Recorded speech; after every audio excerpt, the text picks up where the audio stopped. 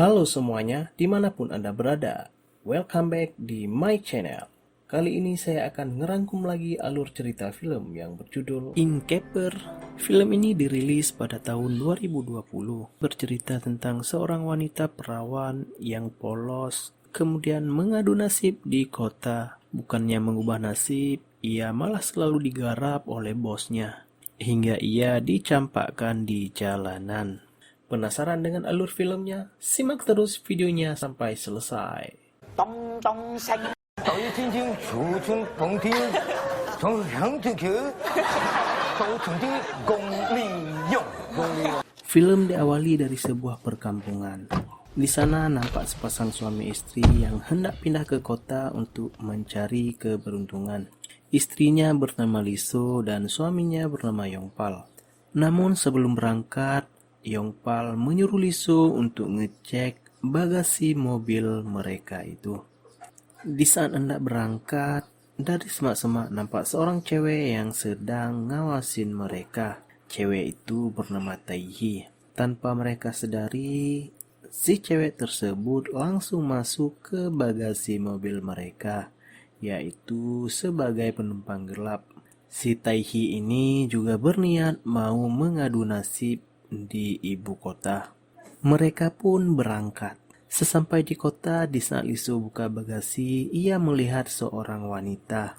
Liso kemudian memanggil Yongpal untuk memberitahu kalau di bagasi mobil mereka ada seorang wanita. Kemudian mereka pun berbaik hati dan mengajak Taihi untuk tinggal di apartemen bersama mereka. Saat mereka sudah berada di apartemen, mereka pun ngobrol-ngobrol. Kemudian Taihi meminta maaf karena kelakuannya yang sudah merepotkan mereka. Ia berkata ia juga mau mencari keberuntungan di ibu kota. Setelah ngobrol, Liso dan Taihi pun mandi bersama. Anehnya di sana mereka malah saling bertukar bakpao. Ya bisa dikatakan jeruk minum jeruk. Padahal di sana pun ada mangga. Di saat malam tiba, nampak Liso dan Yongpal mau istirahat. Taihe juga di situ, satu kamar mereka bertiga. Namun tiba-tiba tongkatnya si Yongpal pun mulai tegak.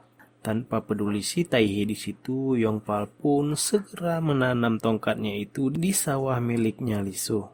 Keesokannya nampak Taihe yang sudah mulai bekerja di sebuah restoran milik teman Liso.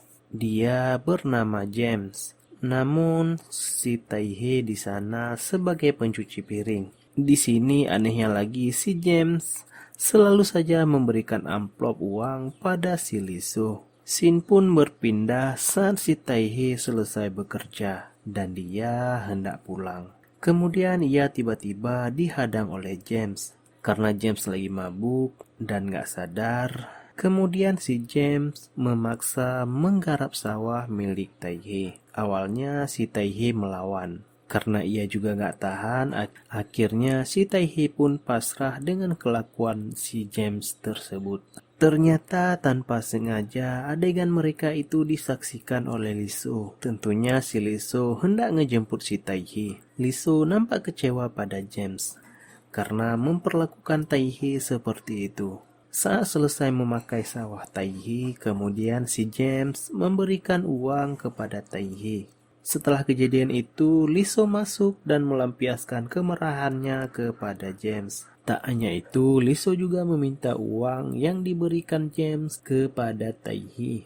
Sampai di rumah, Liso dan Taihe kembali ngelakuin aksi seperti yang dilakukannya tempo hari. Kemudian di saat Taihe masuk kamar, ia hendak istirahat. Di sana sudah ada Yongpal yang sudah menunggunya. Kemudian Yongpal meminta izin kepada Taihe untuk menusuk tongkatnya di hutan belantara milik Taihe. Saat hendak tidur, Taihe menulis diary. Ia menulis betapa kejamnya hidup dan mencari uang di kota.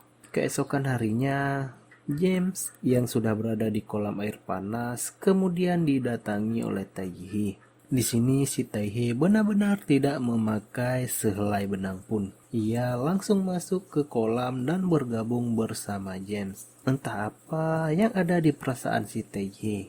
Ia malah mengajak James untuk bercocok tanam dengannya. Di sisi lain nampak Yongpal dan Lisu lagi makan siang. Yongpal yang gagal fokus ngelihat bakpaunya si Lisu, kemudian ngajak Lisu untuk enak-enak sehabis makan. Benar saja, selesai makan mereka pun kembali bermain kuda-kudaan. Scene pun berpindah. Nampak Taehae sedang diajak James ke suatu tempat. Namun si Taehae sendiri, ia tidak tahu James mau membawa ia kemana. Ternyata si James ngerasa si Taehae sudah rusak. Akhirnya si James ngebuang si Taehae di tengah-tengah kota. Dan film pun selesai.